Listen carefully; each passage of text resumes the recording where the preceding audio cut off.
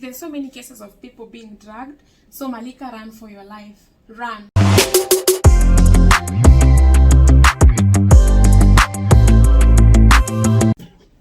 Hey guys, welcome back to my channel. It's your girl Malika. It's yet another beautiful day in Mombasa County 001.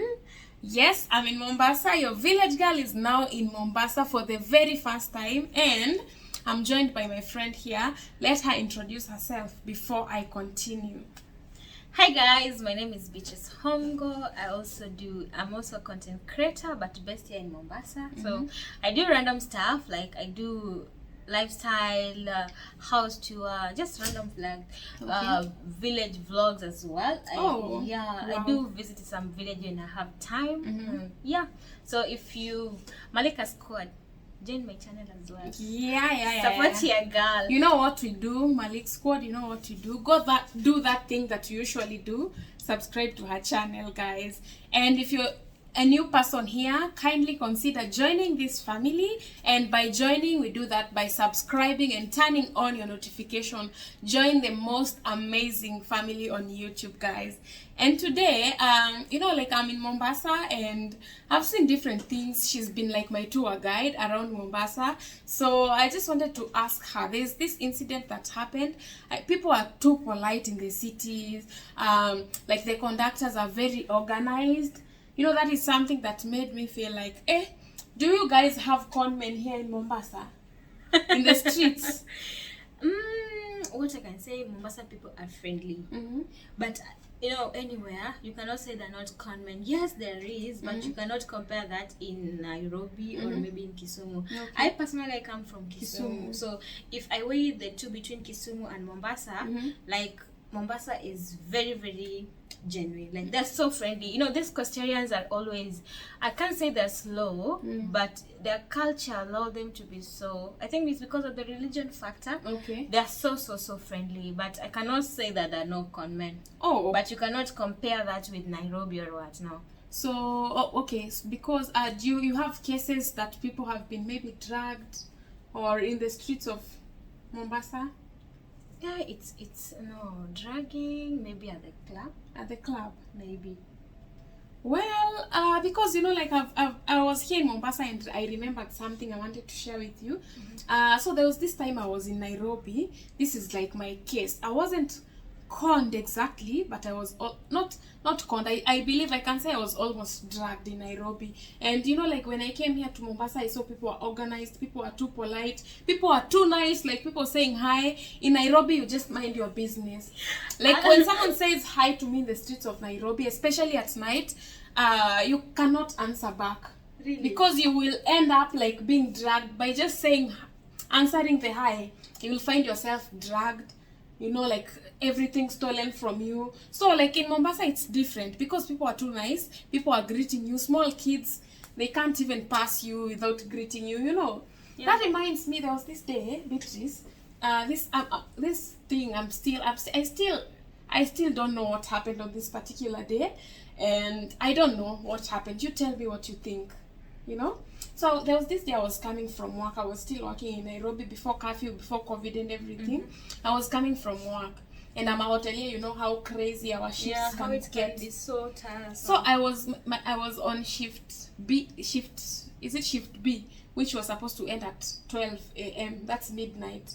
So I left work. I came to town, and when I was going to board a matatu to my place, I had someone at the street calling me Malika.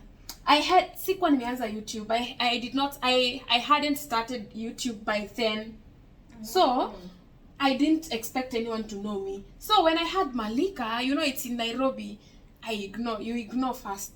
So I continued with my thing.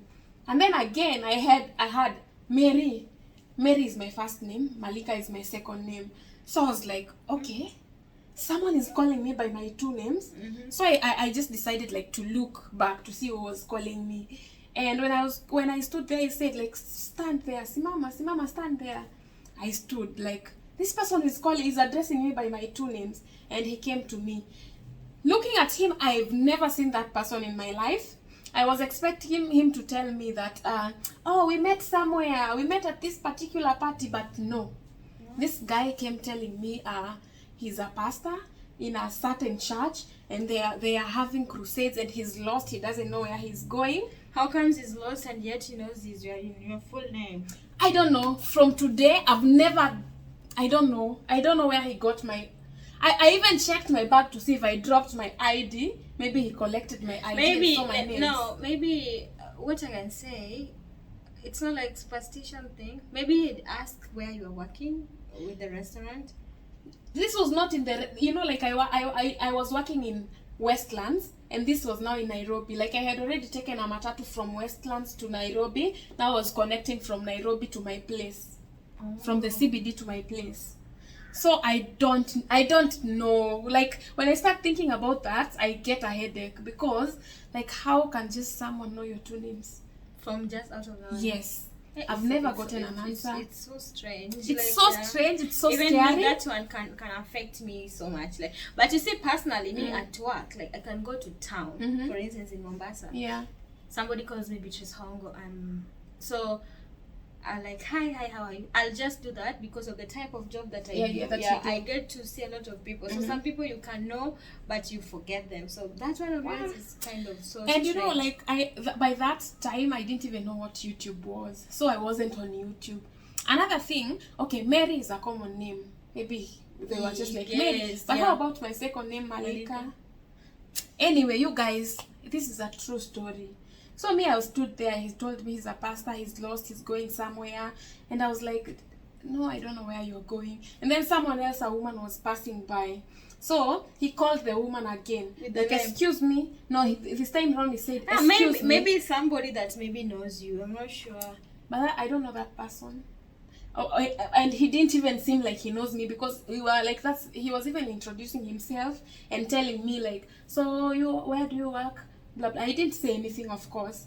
And so he called another woman, like, excuse me. This woman came, you know, and then he asked the woman like, do you know this particular place? I'm going there, I'm lost, I'm a pastor. And the woman said, yeah, I know the place, I can take you. Now it clicked to me, these people know each other, maybe. And that's how they call people. That's how I've had so many stories of people being but something dragged. like that, it's not like major. So when the woman said, yes, I know the place, I didn't even stand there for 2 minutes. I like started walking away. So it's like, the way I'm trying to figure it out, it's as if they do investigation, they know the person, then they take like 2 to 3 months, then they visit the place. So they just come and... Because I don't know how he knew my name. I don't know. I have never figured that out. And so, like, when he said that, it hit me. Like, there's so many cases of people being dragged. So, Malika, run for your life. Run. That thing just hit me once. And I don't know where I got the strength, the energy. I just started, like, walking away. And then he was like, Madam, I'm not done with you. I was like, no. I just walked straight to a car that was in front of me, like a matatu, like a public car that was in front of me. I went there. That's not even the place that I was going, but I just got inside and sat because I was too scared. When I sat down, after like 3 minutes later, I saw them passing with the woman, talking as they laugh. Yeah. And then when they reached there where I was, the man went in front. Then the woman started following from behind. Because I was curious. It is now a plan. That's maybe a method that they use to call people. Because you see, like they were suspicious. Like they were working together but they didn't see me. But after they reached there, I don't know, they agreed on what. The woman remained behind, and then the man now moved in front, and then they started walking again at a distance. I really thanked God on that day. Yeah, so ever since that day, like nowadays I'm a YouTuber, you know, you can say Malika and I will be like, that is a person from YouTube, you know. From YouTube, but from that day, in Nairobi at night.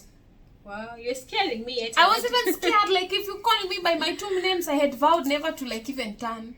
Because, you know, like I was almost conned, because that was definitely the next thing that was to happen.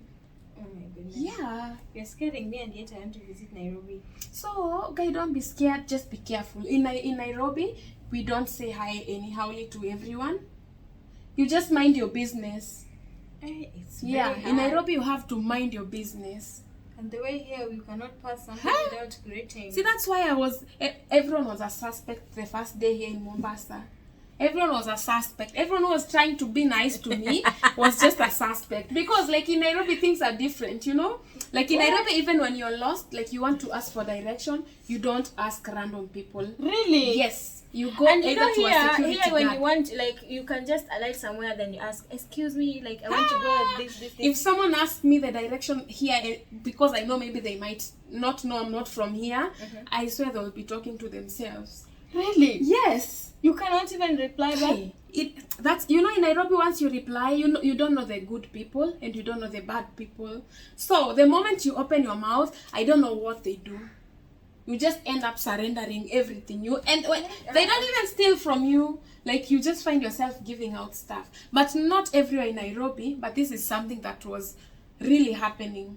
People, I don't know what people are using, but you know, like, I got scared. It has never happened to me personally, but it happened to a close friend.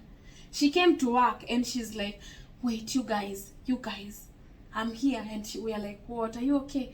No, I've been conned. How? And then she tells us how it happened. Even like old women. And this time she was conned by old women. She assisted crossing the road. Honestly, there is a time I saw a video on the internet trending about an Uber driver. There's some women pretending that a child is not feeling well. They're asking the Uber, please take us to this direction. So not that the Uber was also involved. The Uber doesn't know anything. Like, he's also so, like, you know, take us. So when you reach somewhere, I don't even know nowadays they have started using women because, you know, people know women are I'm innocent. telling you, it was very an elderly person. Yeah, that's what they do. A woman and a grandchild. That's what they do. Like, even when an older person talks to you, you know, like, when an older person asks you something, you can answer them. Let alone when an older person asks you, like, can you assist me crossing the road? It's very hard to say no, you know? No, you like, can't. You'll even feel guilty when you say no. But nowadays, that's a new trick they are using to con people. So you cannot even see that it helps them. Yeah. So what you're trying to tell me, if I visit Nairobi right now, you just have to be very, very and it's careful. going to be so tricky because they used to hear you cannot pass somebody. Yeah, but this is okay. They have now upgraded. You know, in Nairobi we have two parts. We have downtown and uptown. Oh. Yeah. Okay. You just don't talk to anyone to be on the safe side. When anyone tries to tell you something, unless it's a YouTube fan, and you'll know, you know, a YouTube fan, you'll know, like, they'll call you with your YouTube names, you know. So yeah, things happen. This friend of ours was conned by an elderly woman. She assisted to cross the road, and then she doesn't know what happened next. She just remembered, like, surrendering all her things to the woman, like giving her, this is my phone. She even removed the watch. This is the watch, this is everything. And then, like, she remembered later on, like, what have I done, you know? Or maybe they drugged you. I don't know. That's the thing. Oh, that's so tricky. Because you're making us get scared of Cairo. Like, you just have to be careful. It's also a nice place, but you just have to be careful. Like, the conning, there was a time that it was too much. Nowadays, at least it has reduced, but you still have to be careful. Don't just talk to anyone anyhowly on the streets of Nairobi. Kenyans are nice people, but you see, these bad people are ruining the reputation of the good ones, you know. But Kenyans are nice people, good people, like. But this small percentage, and nowadays it's not small percentage; it's growing. You know, they are really tarnishing our name. That's so sad. Yeah. But unlike here in Coast, we're just okay. Yeah, that's why I'm telling you. I saw people being too nice, and I'm like, you I can't even dare talk to anyone. You know, I can't even dare talk to anyone because, like, how will I even start? Do I know you? No, because hey. But so you guys, that is something that I feel like something good about Coast. You can talk to anyone freely, without even thinking of, hey, they might be, their agenda might, maybe they want to con me, you know. Yeah, it's so true. So yeah, that is Nairobi for you. Guys, comment down below. Should I come to Nairobi? Nairobi? Have you ever been? Okay, you have to come to Nairobi. No, Of course you actually, have that's me. where I practice. Yeah, of course I have you. When I come, I'll always holler you. I'm like, my dear, I'm coming, blah, blah, blah. So I'll be on the safer hands. So those people who want to come there, so they should not be scared, guys. Yeah. And by then, that's where I pass. Because from Kisumu, you have to pass through Nairobi. Yeah, to come all I'm saying is that people have to be very, very careful, because you can't differentiate a genuine person from a con, you know? Oh my goodness. You just have to be extra careful, because if you're not careful, Nairobi... Have you ever been conned, by the way, in Nairobi or anywhere? Have you ever been conned? Have you ever been dragged before? Leave a comment below. Kindly tell us your experience, you know? Like, does these things happen in your country? You know? Guys, tell us, because me personally, I've never been conned, I've never been dragged. I thank God for that. Hey, you should thank God for that. Me, I've never been dragged too, but I believe on that particular day, it was almost. No, me, I thank God. I'm grateful for that. I've never had that experience, by the way. Yeah, that you should be very, very thankful. Very. Yeah, so that's what I wanted to share with you guys. I thought she had her own story, but apparently she's never experienced that, and I pray you don't experience that. I pray to God too. Hey, I can't imagine. You're protected. Because even me on that day, God protected me. Like, God didn't allow it to happen. Because where would I even have started from? It was at night. I'm alone. I'm going home, you know. So yeah, guys, leave your stories below on the comment section. Let us know. And by now, if you haven't joined this amazing family, you're really missing out on a lot. Kindly consider subscribing here. Also, cross over to Beatrice and do that thing that you usually do. I know you know what I'm talking about, guys. They should subscribe. And by the way, one thing that I forgot to say, guys, your subscribers are so loyal. Very loyal people. I have I'm so blessed. You're so blessed to have amazing family. So guys, kindly support your girl as well as my channel. Yeah. So she's going to leave a link on her channel. Yeah, I'm gonna leave a link on your channel. Congo. Also, her channel is right here. Right here. Is it here or here? Her channel is right here. Okay. Yeah. Don't forget to subscribe, guys, and see you on the next one, guys.